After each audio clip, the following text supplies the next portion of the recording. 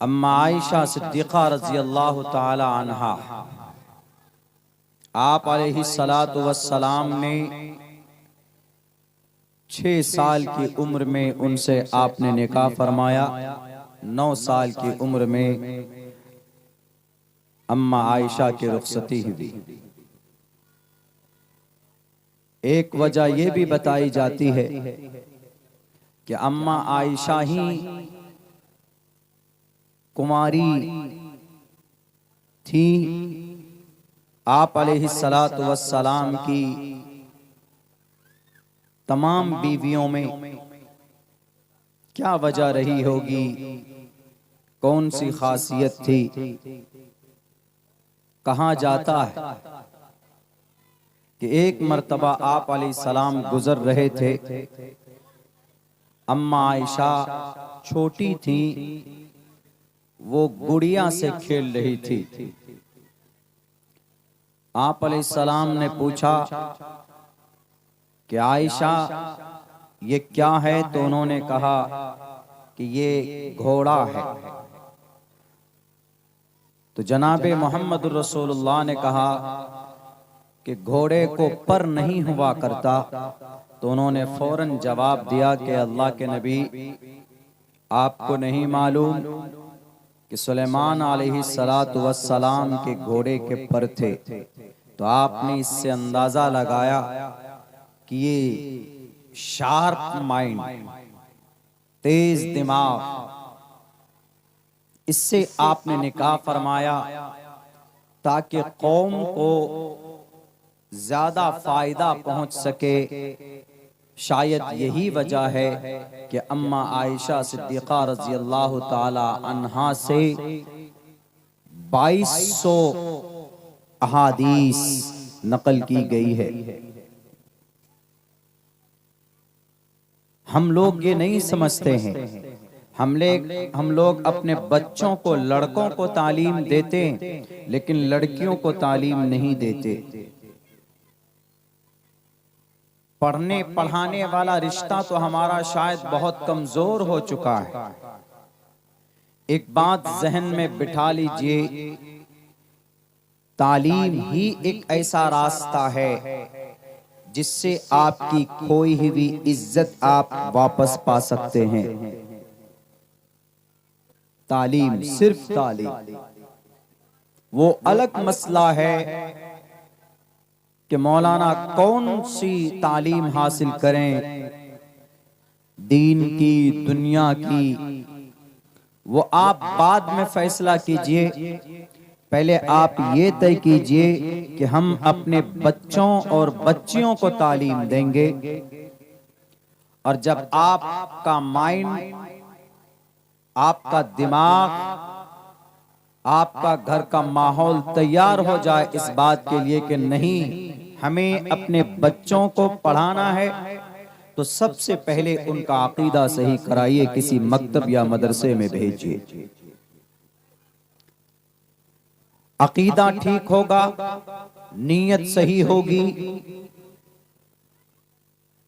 तो ये बात दलाइल की रोशनी में कही जा सकती है कि आपको फिर मुआशरा सुधारने के लिए इस्लाह मुआशरा का जलसा नहीं करना होगा, बल्कि आप अपने बच्चों को तालीम देंगे। ऐसी नस्ल तैयार होगी, ज्यादा नहीं, सिर्फ 20 से 25 साल मेहनत कर ले अगर मुसलमान, तो ऐसी मजबूत नस्ल तैयार होगी कि उलमाए किराम को चीख चीख कर कहने की जरूरत नहीं पड़ेगी कि ऐ लोगों, शराब से अपने बच्चों को दूर रखो, ऐ लोगों, जहेज बहुत बुरी चीज है, ऐ लोगों, सूद मत खाओ, ऐ लोगों, शिर्क मत करो।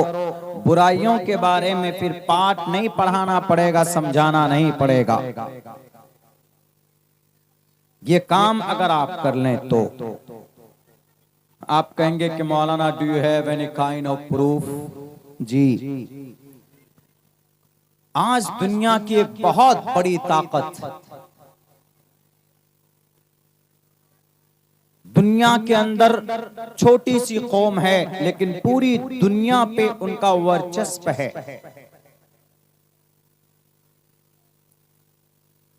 बल्कि यूं कहिए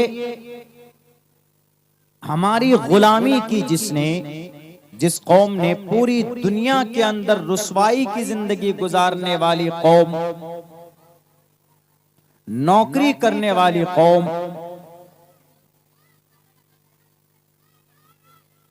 दर दर भटकने वाली कौम, ज्यादा नहीं 1915 से वो कौम मेहनत करती है और इस वक्त वो कौम इतनी ताकतवर है कि दुनिया की सारी ताकत मिलकर भी उस 1.5 करोड़ कौम को नहीं हरा पा रही है। इतनी बड़ी तब्दीली कैसे आ सकती? ये कौम है भीख मांगने वाली, ये कौम है रुसवाई की जिंदगी गुजारने वाली। उनके पास ना पैसे, उनके पास गांव तक नहीं था, उनके पास कोई बस्ती नहीं, घर नहीं था। 1915 तक, 1947 तक बाज़ाब्ता उनको अपनी जगह भी नहीं मिली थी। लेकिन आज ज्यादा नहीं 1947 को उन्होंने अपनी जगह बनाई अपनी मेहनत से। ए बच्चे, या तो खामोश रहो या तो उठकर चले जाओ। जो समझने वाले हैं या तो वह आगे आ जाइए, इन बच्चों को पीछे कर दीजिए, वरना 1 घंटा 1.5 घंटा बोलकर चीख कर कोई फायदा नहीं। जो अराकीन जलसा है उनसे दरखास्त है, जो यहाँ पे आगे बच्चे हैं इनको पीछे की तरफ कर दें। बच्चे सब सो गए बीच में, बताइए। लोग बड़े आ जाए, उधर सो गए वो बच्चे। 58 पे भरोसा नहीं करा, आप लोग आगे आ जाए। आप लोग करीब करीब आकर के बैठ जाए। इधर भी अल्हम्दुलिल्लाह बिछा हुआ, यहाँ पे कालीन बिछी हुई है, इधर साइड आ जाइए।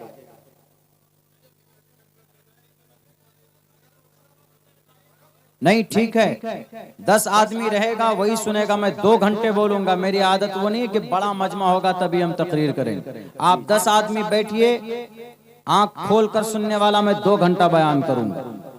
ये बीच में सोया हुआ है, अगर सोना ही था तो घर पे सोता, यहाँ पिंडाल पे आने सोने की क्या जरूरत। उधर कब्रिस्तान बना हुआ है, देखिए पीछे। उनको सोना है तो घर भेज दीजिए। कुछ काम की बातें अगर आ रही हैं तो कम से कम जो सुनने वाले हैं उनको सुनने दीजिए। उठा दीजिए उन बच्चों को, ताजा दम होकर बैठिए। वैसे प्रोग्राम बहुत लंबा शायद चलने वाला है नहीं। बैठिए, बैठ जाइए, अब खामोशी से अपने अपने जगह पे बैठ जाए। ये शैतान आ जाते हैं बीच में।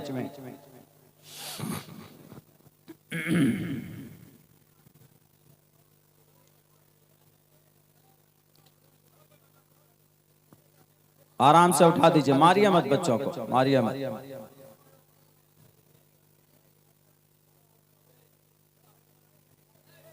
पहले आप लोगों को आके बैठना था। जितने भी बड़े हजरात हैं, जवान लोग हैं, आप लोग तो पीछे रहते हैं और बच्चों को आगे भेज देते हैं कि जाओ तुम लोग सुनने के लिए। चलिए अच्छा, बस हो गया, आप बैठ जाइए, अपनी जगह पे बैठ जाइए। बैठ जाइए, वहां जो हजरत खड़े हैं बैठ जाइए। आज जो सिचुएशन है दुनिया की, हमारी और आपकी, इसको बदलने के लिए सिर्फ एक रास्ता है, सिर्फ एक। There is only one way, एक रास्ता। वो रास्ता है इक़रा का, पढ़ाई का। उस रास्ते पर अमल करेंगे, डेफिनेटली यू विल सक्सेस। आप कामयाब।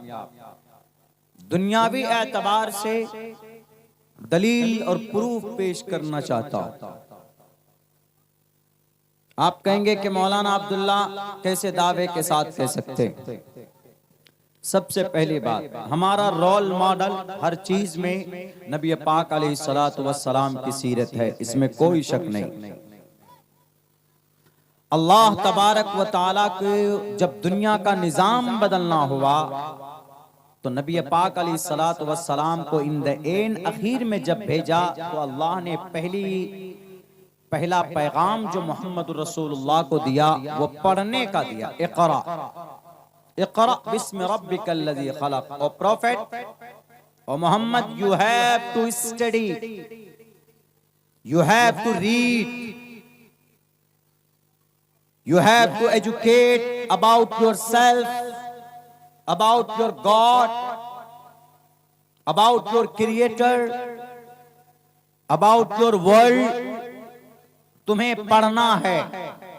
पहले ही नहीं कहा अल्लाह ने कि मोहम्मद आप अल्लाह के नबी हैं, आज से नमाज चालू, या आज से ज़कात अदा करो, या आज से रोजा रखो। नहीं, the first message was sent down to the earth to the last prophet Muhammad sallallahu alaihi wasallam is to study.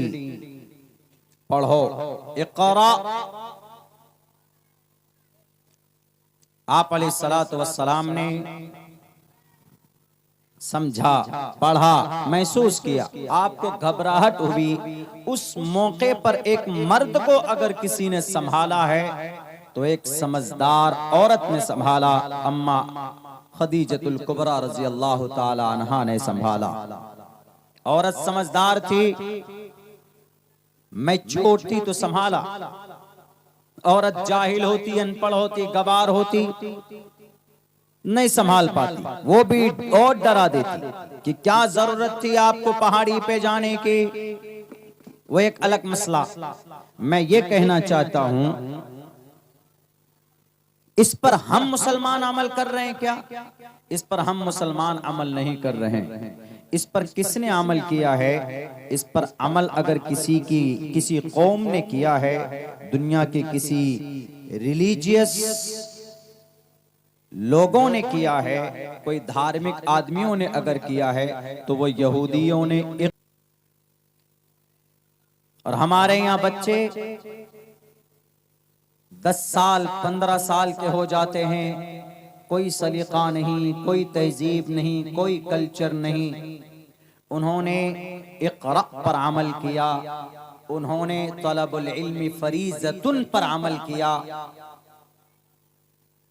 हमारे लिए है ये तलबुल इल्मी फरीज़तुन अला कुल्ली मुस्लिम। ऐ मुसलमानों, इतना इल्म हासिल करना तुम्हारे ऊपर जरूरी कि जिससे तुम हराम और हलाल को पहचान सको। नहीं हासिल करते, हमने इस पर अमल नहीं किया, तो अल्लाह ने किसी और कौम को पैदा किया, वो इससे फायदा उठा रहे हैं। हमारे शेख मोहतरम मुफ्ती सईद अहमद साहब पालनपुरी रहमतुल्लाहि अलैह वो फरमाया करते थे, बुखारी जिल्द अव्वल हमने उनसे ही पढ़ी है, वो कहते थे कि अल्लाह का हुक्म जो कुरान में, अल्लाह के नबी का फरमान, अल्लाह के नबी के तरीके पर, अल्लाह के हुक्म पर अगर कोई काफिर दुनिया में अमल करता है तो अल्लाह उसको, उस काफिर को दुनिया में उसका रिजल्ट देते हैं। दुनिया में वो अलग बात है, जन्नत जाने के लिए ईमान शर्त है, लेकिन दुनिया में जरूर उसका रिजल्ट देते। इक़रा पर यहूदियों ने अमल किया तो आज दुनिया पर हुकूमत। हमारे पास, आपके पास मोबाइल, किसी के पास नोकिया का मोबाइल है, किसी के पास आईफोन है, किसी के पास मोटोरोला है। ये सब मोबाइल किन के बनाए हुए? यहूदियों के लॉन्च किए हुए। हम लोग सुबह उठते हैं, कॉलगेट यूज करते हैं, किनका इजाद किया हुआ? यहूदियों। हम लोग नहाने जाते हैं, डव शैम्पू इस्तेमाल करते हैं, यहूदियों का। हाथ धोते, अभी हम आए इस्तिंजा कर रहे थे तो एक लड़का लाइफ बॉय ला करके दिया, यहूदी का प्रोडक्ट। लक्स साबुन, यहूदियों का प्रोडक्ट। गर्मी लगती है तो थम्स अप पीते हैं, कोका कोला यूज करते हैं, मिरिंडा यूज करते हैं, 7 अप यूज करते हैं, पेप्सी यूज करते हैं, यहूदियों का प्रोडक्ट है। और जनाब, हमारे नौजवान लड़के बाल में हेयर कलर करो जी, हेयर कलर। कौन सा सबसे महंगा कलर? लॉरेल लगाओ। Laurel colour made in from Israel का कलर वहां से बन के आता। हमारी समाज की औरतें कॉस्मेटिक में lip balm, lipstick, powder, shampoo, oil, जितने भी ब्यूटी और ऑर्नामेंट के सामान हो सकते हैं, ये सब के सब टोटल की टोटल जनरेट किया जाता है, प्रोड्यूस किया जाता है इसराइल के जरिए से। सब इन्होंने 2-3 फील्ड पर मेहनत की। कौन कौन सा? एक तालीम पर मेहनत की और एक तिजारत पर मेहनत की। और ये दोनों तरीका किनका था? मोहम्मद रसूलुल्लाह का। तालीम पर भी अल्लाह के नबी मेहनत करते थे।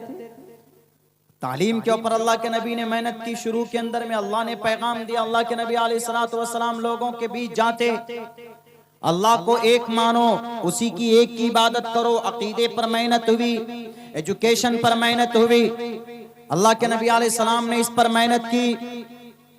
उसके बाद उससे पहले अल्लाह के नबी अलैहिस्सलाम ने तिजारत पर मेहनत की थी। तिजारत आज यहूदियों का राज है। यहूदी पूरी दुनिया में सिर्फ 1.5 करोड़, मुल्क इस्राइल में तो 85 लाख हैं, सिर्फ 50 लाख। आज इस्राइल का कब्जा फलस्तीन पर ही नहीं है, बल्कि इस्राइल का कब्जा अरब गवर्नमेंट पे, इस्राइल का कब्जा अमेरिका पे, इस्राइल का कब्जा भारत पे, इस्राइल का कब्जा सोवियत यूनियन पे, इस्राइल का कब्जा यमन में, ओमान में, अरब कंट्रीज में, मुस्लिम कंट्रीज में। अरब 22 अरब ममालिक हैं, इन पर इन यहूदियों का कब्जा, इस्राइल का कब्जा किसके जरिए से? तिजारत के जरिए से। हैकिंग निजाम में जाइए, हैक करने वाला सिस्टम अगर किसी के पास है तो इन यहूदियों के पास। हमारे भारत के प्राइम मिनिस्टर भी गुलाम हैं ज़हनी एतबार से इस्राइल के। पेगासस सॉफ्टवेयर यूज करते मोबाइल को हैक करने के लिए। ये इतना बड़ा हैकिंग सिस्टम है इस्राइल के जरिए बनाया गया कि आज तक दुनिया इससे आजिज। आपका मोबाइल बंद है, आपका व्हाट्सएप बंद है, आपका फोन ऑफ है, लेकिन कॉल आती और जाती है, मैसेज आते और जाते हैं। आपके मोबाइल ऑफ होने के बावजूद भी ये पेगासस का कमाल है। और इतना दिमाग अगर किसी ने पैदा किया तो यहूदियों ने तालीम के जरिए से पैदा किया। और तिजारत की दुनिया में बादशाह कौन? यहूदी। 780 प्रोडक्ट ऐसे हैं, 780 जो भारत के अंदर सिर्फ इस्तेमाल होता है। अरब वाले इनके गुलाम बन चुके, इनके खिलाफ अरब वाले न बोल सकते हैं, न लिख सकते हैं, न इनको जालिम कह सकते। क्यों? जानते हैं कि यह हमारा आका, जानते हैं कि यह हमारा खुदा, जानते हैं कि भाई ये हमें हमारा दादा है। इसलिए कि तिजारत की दुनिया में बादशाह ये, एजुकेशन की दुनिया में सबसे ज्यादा पढ़ा लिखा ये होता है, इंटेलिजेंस की दुनिया में। और ये एजुकेशन एक ऐसा रास्ता है, अगर आप इस तालीम पर, हमारे देश में जो इतनी वो चल रही है ना, नफरत, तशद्दुद, हमने कई जगह बोला है। एक जगह हम सफर में ही थे, ट्रेन में ही, उमूमन ट्रेन से ज्यादा सफर हम लोग करते हैं, तो तबलीग के साथी नमाज पढ़ रहे थे ट्रेन के अंदर डब्बे में। मगरिब का वक्त था, 2-3 साथी ने सोचा कि भाई हम लोग नमाज पढ़ लेते। वो लोग अपने केबिन में नमाज पढ़ रहे थे। कुछ बच्चे, 3-4 बच्चे स्टूडेंट 17-18 साल की उम्र के, उन बच्चों ने देखा कि अच्छा ये मौलाना लोग नमाज पढ़ रहे हैं। हालांकि नमाज का वक्त हुआ, जगह थी, मुनासिब जगह थी, नमाज शुरू की उन्होंने। अब मगरिब में तो जोर से क़िरात करते हैं, तिलावत करते, सूरह फातिहा पढ़ते हैं। तो उन नौजवानों ने सोचा अच्छा ये मुल्ला जी लोग मानेंगे नहीं। उन्होंने जल्दी जल्दी गूगल किया, गूगल मोबाइल में नेट खोला, नेट में गूगल में हनुमान चालीसा निकाले फट से, और हनुमान चालीसा निकालने के बाद पढ़ने लगे वो उसमें, जय हनुमान ज्ञान गुण सागर। एक ही 2 लाइन याद हुआ होगा उन लड़कों को। दूसरा पढ़ता था जय हनुमान ज्ञान गुण सागर, जय कपीस ते हो लोक उजागर। पढ़ो जी, बस वही 1 लाइन 2 लाइन पढ़ रहे, 3-4 लड़के जोर से। किस लिए? ताकि उनको दिक्कत हो नमाज पढ़ने। ये ब्रेन वॉश किया गया है। हम साइड में दूसरे ही बर्थ पे, दूसरे केबिन में हम भी थे, हम पहुंच गए। हमने कहा देखे भाई माजरा क्या चल रहा है। आजकल तो ट्रेनों में टोपी, शेरवानी, कुर्ता, मुशर्रा होकर चलने में भी इतना खतरा हो गया है कि जिनको प्रोटेक्शन के लिए गार्ड को लगाया जाता वही नाम पूछ कर मारता। तुम्हारा नाम क्या? अब्दुल्ला सालिम। दो गोली से ठाई मार देता। तो बहरकैफ हम पहुंचे। सर पर मेरी टोपी नहीं थी। मैं उन लड़कों के पास जाकर बैठा। मैंने उनसे कहा कि भाई क्या पढ़ रहे हैं आप लोग? उन्होंने कहा कि हनुमान चालीसा पढ़ रहे हैं। हमने कहा कि ये तो नमाज पढ़ रहे हैं, इनके सामने क्यों पढ़ रहे हैं आप? बोला it's freedom, it's religious freedom. ये मजहबी आजादी है मौलाना, हम पढ़ सकते। हमने कहा why not? You can every time recite, you can every time read, हर वक्त पढ़ सकते हो। हमने बात उनकी लैंग्वेज में शुरू की। स्टूडेंट थे, शायद कोटा से आ रहे थे। हमने इंग्लिश में बात शुरू की। बेसिक बातें, कोई बहुत भारी नहीं है, बहुत आसान लैंग्वेज है। तो बात शुरू की। हमने कहा why no, you have a freedom and you are free. आपको आजादी और आप आजाद है, पढ़ सकते। लेकिन इस टाइम इनके अगेंस्ट में आप पढ़ रहे हो। हमने कहा please tell me the all Ram Hanuman Chalisa क्या आप पूरा सुना सकते हैं आप मुझे? बोला yes I can tell you, we can tell you. हमने कहा सुनाओ please, I want to listen, मैं सुनना चाहता हूं। तो एक लड़के ने पढ़ना शुरू किया। जय हनुमान ज्ञान गुण सागर, जय कपीस त्यों लोक उजागर। तो उसके बाद उसने कहा ले तू पढ़ो, आगे तुम पढ़ो। वो थोड़ा सा खिसक कर मतलब वो करके वो भी शुरू किया। जय हनुमान ज्ञान गुण सागर, जय कपीस त्यों लोक उजागर। उसको भी आगे याद नहीं। गूगल से निकाला था वो लोग ढूंढ करके, सीने में दिमाग में नहीं था। वो तो जब होता है, हमारे किसी भी मुस्लिम से पूछे अल्हम्दुलिल्लाह, बच्चों से पूछे सूरह फातिहा बता देंगे वो। अल्हम्दुलिल्लाहि रब्बिल आलमीन पूरे बढ़कर बता देंगे। अल्हम्दुलिल्लाहि रब्बिल आलमीन अर्रहमानिर रहीम मालिकि यौमिद्दीन इय्याका नअबुदु व इय्याका नस्तईन इहदिनस सिरातल मुस्तकीम सिरातल लज़ीना अनअमता अलैहिम गैरिल मग़ज़ूबि अलैहिम वलज़्ज़ालिन। कोई भी बच्चा हमारा अल्हम्दुलिल्लाह सूरह फातिहा सुना सकता है। अगर जिसको सूरह फातिहा याद नहीं है उसको चुल्लू भर पानी में डूब मर जाना चाहिए, लेकिन याद होना चाहिए। हमें कभी उम्मीद है कि हमारे नौजवानों को याद होगा। जब आपको जवान फिल्म का गाना पूरा याद होता, 5-5, 6-6 गाने पे डांस कर सकते हो, तो सूरह फातिहा आप क्यों नहीं याद रख सकते? तो बहरकैफ तो दूसरे ने तीसरे को पकड़ाया, ले तू पढ़। वकरा नहीं तुम ही पढ़ो। वो तीसरा तो एक ही लाइन पढ़ा, जय हनुमान ज्ञान गुण सागर। वो कहता अरे मुझे याद नहीं, तू ही पढ़ ले। देख कर याद नहीं उसको। हमने कहा अंडरस्टूड। हमने कहा this is not a bad, this is not enough. बस यही है आप लोगों का। हमने कहा लो चलो, हमने कहा छोड़ दो, एक तर्जमा बता दो। जय कपीसते हो लोक उजागर, what is the meaning of this line? जय कपीसते हो लोक उजागर, please tell me, please translate. जय कपीसते हो लोक उजागर, प्लीज टेल मी। तो उन्होंने कहा मौना we are not able to tell you the translate the meaning of this line. हम आपको इसका मतलब नहीं बता सकते, बिकॉज वी डोंट नो।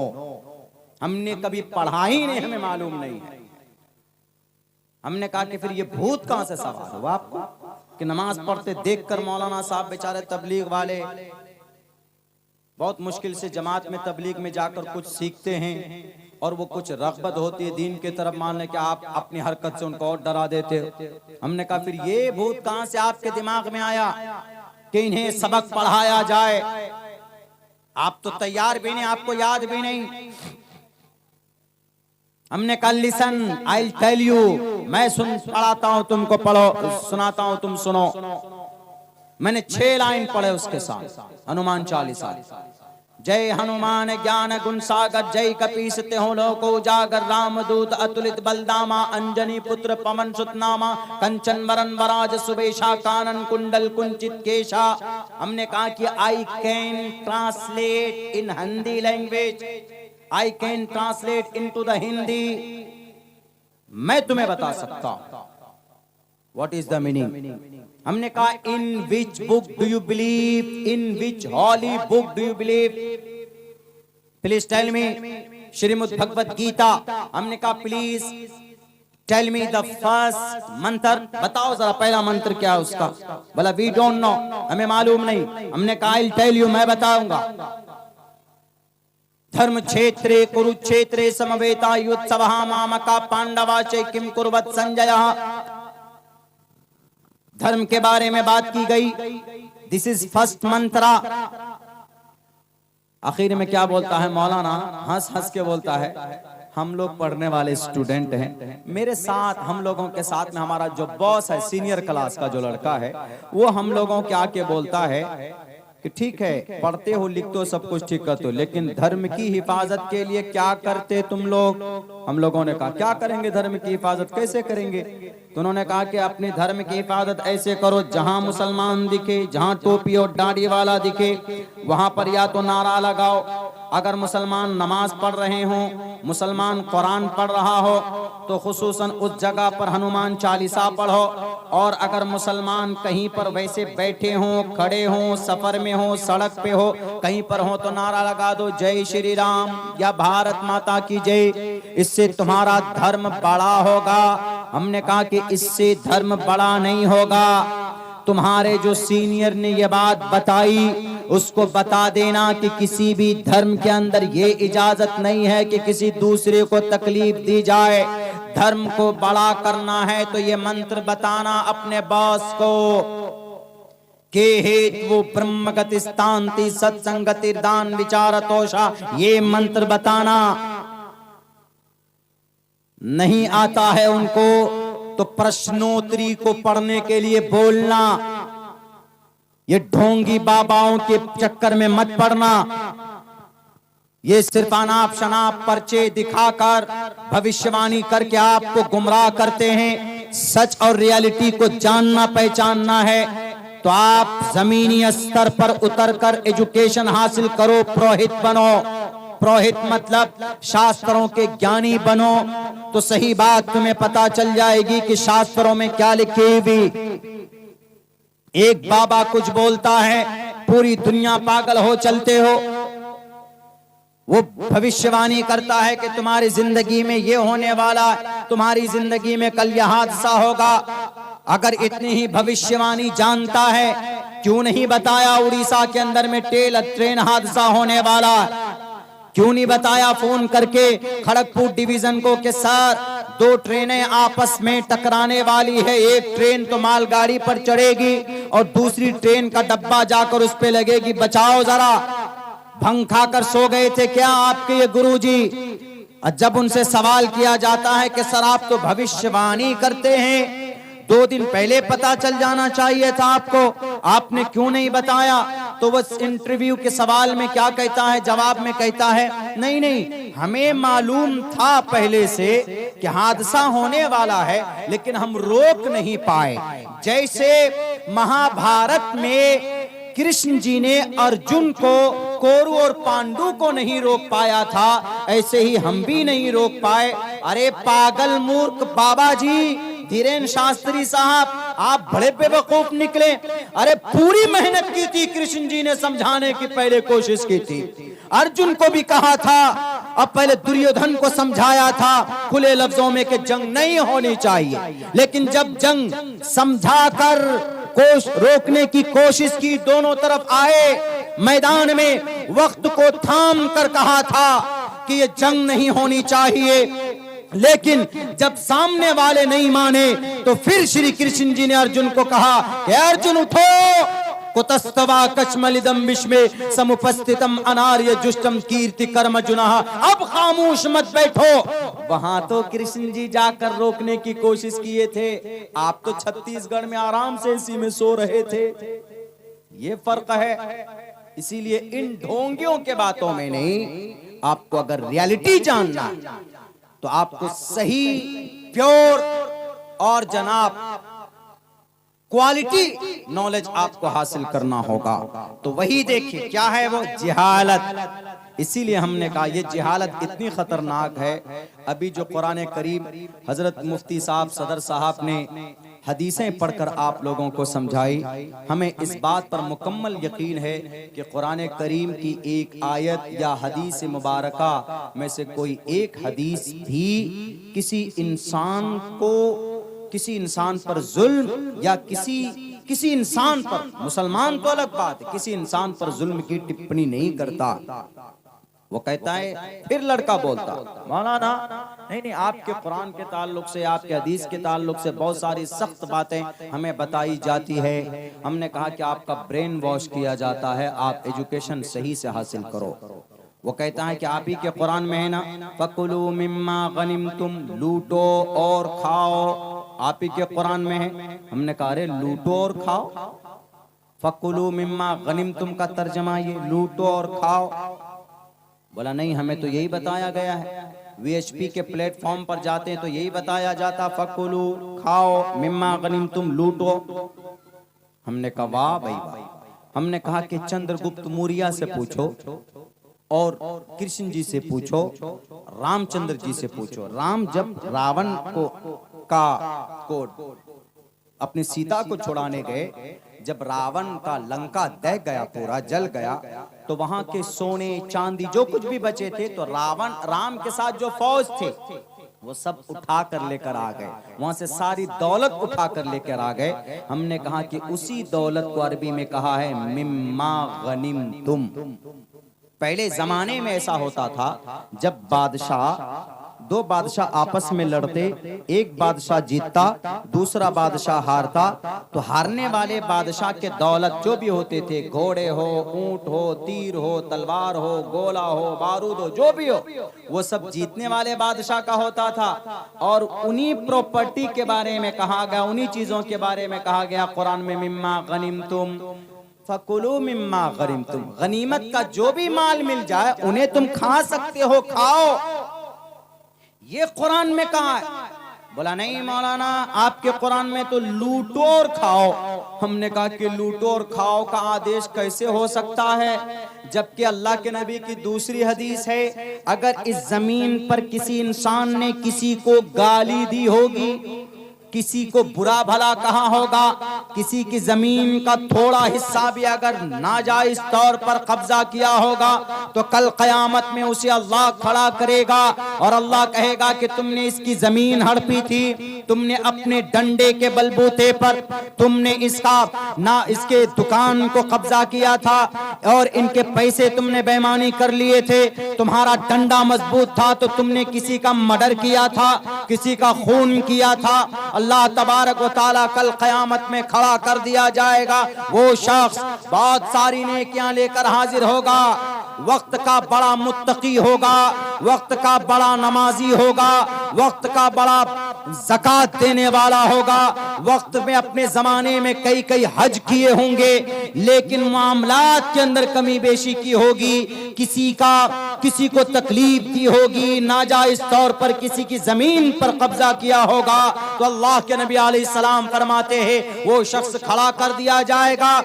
हक वाले अपना हक मांगने आएंगे, उनके पास देने के लिए कुछ नहीं होगा, सिर्फ नेकियां होंगी। उनके एक एक नेकी उठा उठा कर दी जाने लगेंगी हकदारों को, नेकियां खैर, दावेदार बाकी। अल्लाह कहेगा कि इसको उठाकर जितने दावेदार हैं उनके गुनाह इस पर डालो और इसको जहन्नम में भेज दो। हमने कहा कि एक कतरा राय के दाने के बराबर भी कल कयामत में जब अल्लाह तबारक व तआला वहां पर नाइंसाफी नहीं होने देगा, तो लूटो और मारो की बात कुरान में, ये तुम्हारे दिमाग को वॉश किया गया है, समझो, पढ़ो खुद। बोलता है मौलाना we don't believe in your Quran, हम आपके कुरान पर काहे अमल करें, क्यों बिलीव करें? हमने कहा नो प्रॉब्लम, कुरान छोड़ दीजिए, आइए ये जुर्बे। वो अलग बात है कि वेदों को नहीं पढ़ा जाता, नहीं समझा जाता, लेकिन पढ़ना चाहिए। समझना चाहिए। आजकल तो बहुत आसान है, हिंदी में भी अवेलेबल है, वो अलग बात है। मेरे पास जो मुसव्वदा है वेदों के बहुत पुराने, खुसूसन मनुस्मृति का पंडित केवल आनंद जोशी की, मैंने सन 2012 में सफर किया था।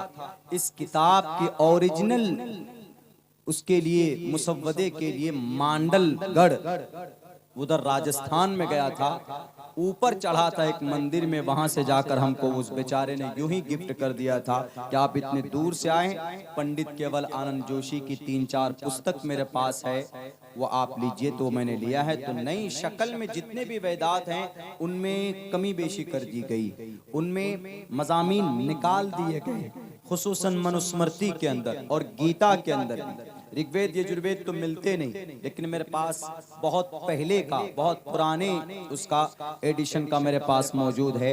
हिंदी में भी अवेलेबल है, पढ़ सकते हैं। हिंदू धर्म में जो पुरोहित होगा वही पढ़ पाएगा। हमने कहा कोई प्रॉब्लम, कोई दिक्कत नहीं, आओ यजुर्वेद पढ़ो। यजुर्वेद में साफ साफ लिखा हुआ है, तुवम तूर्य तरुष्यतः अव सत्यम विभाजनी। तो बोले क्या मतलब? हमने कहा कि तुवम जानते हो इंग्लिश में किसको बोलते हैं? बोला नहीं। हमने कहा तुवम तुमको बोलते हैं, यू, इंग्लिश में यू, एंड तुवम संस्कृत में अंता, अरबी। हमने कहा यह है तुवम, तुवम तूर्य, तुम मारो, तरुष्यतः अपने शत्रु को, अपने सामने वाले दुश्मन को, तुवम तूर्य तरुष्यतः अपने दुश्मन को मारो, आवा सत्यम विभाजनी, और उनके बचे हुए सामान को पूरी ईमानदारी के साथ आपस में विभाजन कर लो, बांट लो। हमने कहा फकुलू मिम्मा गनिमतुम का तर्जमा आया समझ में? संस्कृत में मौजूद है कि नहीं है? यजुर्वेद में मौजूद है कि नहीं है? बोला मौलाना यही मतलब। हमने कहा देख लो। हमने कहा अंता अहम मने मैं संस्कृत में, और तुवम मने तुम, यूयम मने हम, खादती खादता, पढ़ती पढ़ता, पठते पठतः। क्या है संस्कृत के गर्दान है? रमा रमती रमः। संस्कृत में एक वचनम, द्विवचनम, बहुवचनम संस्कृत में है। ये बेसिक वर्ड जानते हो कि नहीं जानते हो? पुरुषलिंगम, मनुष्यलिंगम, नपुंसकलिंगम जानते हो? मुजक्कर मुअन्नस के लिए इस्तेमाल होता। बोला ये सब चीज में हम लोग तो नहीं पढ़ते, अलबत्ता अगर ये यजुर्वेद का है तो फिर तो बात वही है जो आपके कुरान में। हमने कहा यही बात। हमने कहा लाओ अपने उन ओरिजिनल पुरोहित को जिनको बोलने नहीं दिया जाता, उनके जुबानों में ताले डाल दिए तुमने। कुरान की एक आयत भी अगर कोई माए कलाल गलत तर्जमे के साथ पेश करेगा, पहली बात तो पेश नहीं कर सकता, इसलिए कि अल्लाह तबारक व तआला का फाइनल संविधान है, फाइनल कानून है। अल्लाह कह चुका है कुरान में, वमा रब्बुका बिज़ल्लामिल लिल अबीद। अल्लाह तबारक व तआला अपने बंदे पर, और अल्लाह का बंदा सिर्फ मुसलमान नहीं है, अल्लाह का बंदा सिर्फ टोपी दाढ़ी वाला नहीं है। वमा रब्बुका बिज़ल्लामिल लिल अबीद। अल्लाह तबारक व तआला इंसानों पर, अल्लाह मनुष्य पर, अल्लाह तबारक व तआला इस कायनात के तमाम 10 अरब इंसानों पर कहीं पर भी जुल्म नहीं करता। अल्लाह ने खुले लफ्जों में कहा वमा रब्बुका बिज़ल्लामिल लिल अबीद। निकालो कौन सी आयत पर तुमको एतराज? अगर बोलते हो वइन तउद्दू निअमतल्लाहि व अइद्दू लहुम मस्ततातुम मिन क़ुव्वा, क्या आपके कुरान में जिहाद की बात कही गई? गलत बात। इस आयत को समझना है तो पढ़ो अव ब्रह्मा दुविशो जही। जो मतलब अव ब्रह्मा दुविशो जही का है वही मतलब व अइद्दू लहुम मस्ततातुम मिन क़ुव्वा का है। और पढ़ो तुम कुरान करीम के अगर फ़क़्तुलुल मुशरिकीन हैसु वजदतुमूहुम पर एतराज है तो उठाओ कुरान अपने यजुर्वेद के मंत्र के अंदर कहा गया साफ और खुले लफ्जों में, प्यारू नाम पर जाम जही, जो इंसानों के बीच में परजाओं के बीच में जुल्म ज़्यादती की बाजार को गर्म करते हैं, उनका सर तन से जुदा कर दिया जाए। कुरान है तो एतराज खड़ा हो जाता है, ये जुर्वेद है तो मीठा लगता है वो अहकामात। नहीं, ये गलत फहमी कहां से दूर हो सकती है? ये सिर्फ एक रास्ता है, एजुकेशन का, तालीम का रास्ता है, जिससे ये सारी चीजें दूर हो सकती। लेकिन इस पर मेहनत किसने की? यहूदी ने की। अल्लाह के नबी का तरीका, अल्लाह के नबी ने तो तिजारत का सफर 12 साल की उम्र से शुरू कर दिया था ना।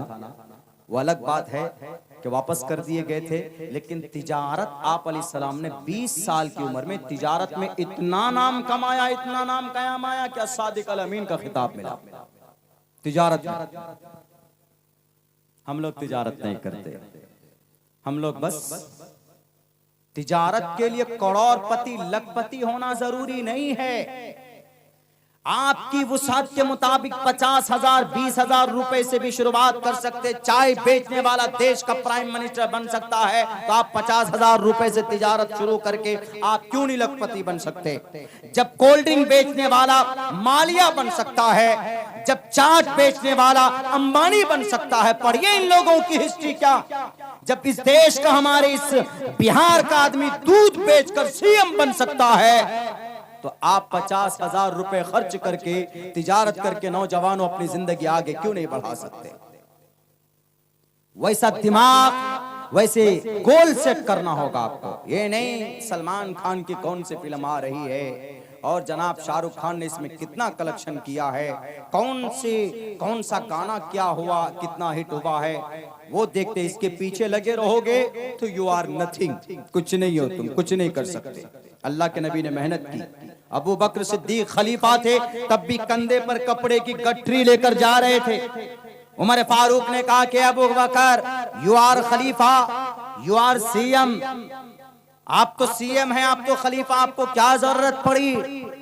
तो खलीफा वक्त अबू बकर सिद्दीक कहते हैं कि उमर, मेरे बीवी बाल बच्चे, मेरी बीवी मेरी फैमिली, मैं कहां से परवरिश करूं? अरे आप तो खलीफा हैं और आप कपड़े की जो तिजारत है आपकी उसको बंद कीजिए, आप बैठिए गद्दी पर, हम लोग बैतुल माल से आपकी तनख्वाह और आपका वजीफा जारी करते हैं। इससे ये पता चलता है कि भाई सीएम है वक्त का, गद्दी पर बैठा है, लेकिन मेहनत करने की आदत नहीं गई। हम लोगों के पास थोड़ा सा पैसा आया, गाड़ी है, खपाची है, सर पे माथे इस पे आंख में चश्मा है, मोबाइल ले लेते 1.5 2 लाख रुपए का, खूब गाड़ी घुमाते फिराते हैं, फ्यूचर के बारे में कुछ भी प्लानिंग नहीं करते। ऐसा नहीं, एक नॉर्मल इंसान बनकर जिंदगी गुजारिए, मुस्तकबिल के बारे में कुछ सोचिए, कुछ समझिए। 38 तंजीमें मेहनत करती यहूदी में, 38 तंजीमें किस पर? यहूदी धर्म को बढ़ाने के लिए। यहूदी कौन है? यहूदी मैं शॉर्टकट में बोलता हूँ, हजरत याकूब अलैहिस्सलाम के जो 12 बेटे थे उनमें से जो चौथा बेटा उनका यहूदा, उसी तरफ निस्बत करते हैं। फाइनली इतना समझिए कि हजरत मूसा अलैहिस्सलाम को अपना नबी और रसूल मानते हैं। हजरत दाऊद, हजरत इब्राहिम से ही लेकर ये चलते हैं। अलबत्ता ये इधर sir forgive me, forgive us, हमें माफ कर दीजिए, गलती भी, हमने गजा पे हमला किया। इसराइल भी आया था, अमेरिका भी आया था।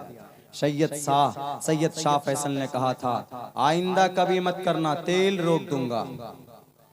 चलाना गाड़ी कैसे चलाते हो, चलाना तुम टैंक कैसे चलाते हो, चलाना तुम आयरन डोम कैसे चलाते हो, सबक पढ़ा दिया था। लेकिन आज भी तो उसी गद्दी पे बैठे, नरसंहार हो रहा है, कोई नहीं आता। इसीलिए हम कहते हैं कि अपनी नस्ल को इतना इंटेलिजेंट बनाइए, अपने बच्चों को इतना पढ़ाइए कि ताकि तालीम की बुनियाद पर हम आगे जा सकें, तालीम की बुनियाद पर हम अपने समाज को बदल सकें, हम अपने सिस्टम को बदल सकें। बस यही 2-3 बातें आप लोगों के सामने शेयर करनी थी, कहना था। बाकी आगे का प्रोग्राम जो भी है वो चलेगा। मुअज़्ज़ज़ अकाबिर उलमा शायद और भी हैं कई हजरात, उनकी कीमती बातें भी आनी बाकी है।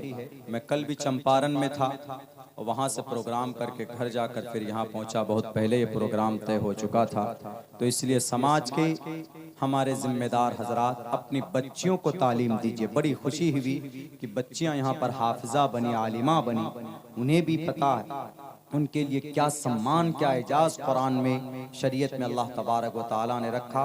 वरना ऐसा आजकल ब्रेन वॉश किया जा रहा है कि इस्लाम के अंदर औरत का कोई हक हुकूक है ही नहीं। इसीलिए वो यकसा सिविल कोड ला रहे थे ना, और खुले लफ्जों में उछल उछल कर रहे थे कि यकसा सिविल कोड इसलिए ला रहे हैं कि चूंकि इस्लाम में बड़ी गड़बड़ी है, इस्लाम में बड़ी गड़बड़ी है, किसी भी धर्म में कोई गड़बड़ी हो औरत के ताल्लुक से तो यकसा सिविल कोड लाकर ठीक हो जाएगा। और सबसे बड़ा मसला था हमारे इस्लामिक शरीयत, 15 ऐसे मसाइल थे जो यूनिफॉर्म सिविल कोड के जरिए से छट जाते मुसलमानों के, इसलिए हमने ज्यादा विरोध किया। एक तो ये था कि भाई मुसलमान इस्लाम धर्म में औरत को आधा हिस्सा मिलता है, मर्द को पूरा मिलता है, बाप के बचे हुए माल में से, तड़के में से। ऐसा क्यों है? इसलिए यकसा सिविल कोड आएगा, मर्द को भी पूरा, औरत को भी पूरा। हमने कहा रे ये अल्लाह का कानून है, मुफ्ती साहब का नहीं है, सदर साहब का नहीं है ये कानून। मीडिया वालों, ये अल्लाह का कानून है, और अल्लाह जो समझता है तुम अपने डुप्लीकेट नेताओं की चापलूसी कर कर नहीं समझ सकते। रातों को शराब पीकर गधे की तरह सोते हो, सुबह आकर कुत्ते की तरह भौंकते हो स्टेज पर। तुम कुरान को क्या समझे? कुरान को समझना, इस मसले को समझना है तो समझो। लड़की को आधा क्यों? क्योंकि लड़की के जिम्मे कोई खर्चा नहीं, कोई नान नफका है नहीं, जब तक कुंवारी है बाप के जिम्मे, और जब शादी हो गई शौहर के जिम्मे। उसके पास जो 50% मिलता है वो भी समझिए बैंक बैलेंस।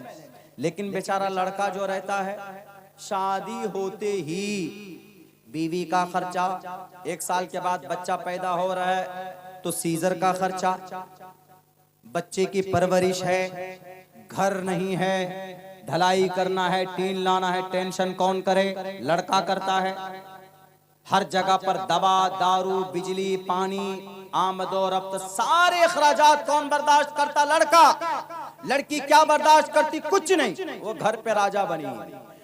शादी से पहले बाप के जिम्मे, शादी के बाद शौहर के जिम्मे। लड़का बेचारा, वो तो बेचारा भैंस के तरह, कोलू के तरह पिलता है। इसीलिए अल्लाह ने कहा कि बड़ा बेचारा हमेशा जद पे यही आता है, इसीलिए इसको 50% ज्यादा, पूरा हिस्सा।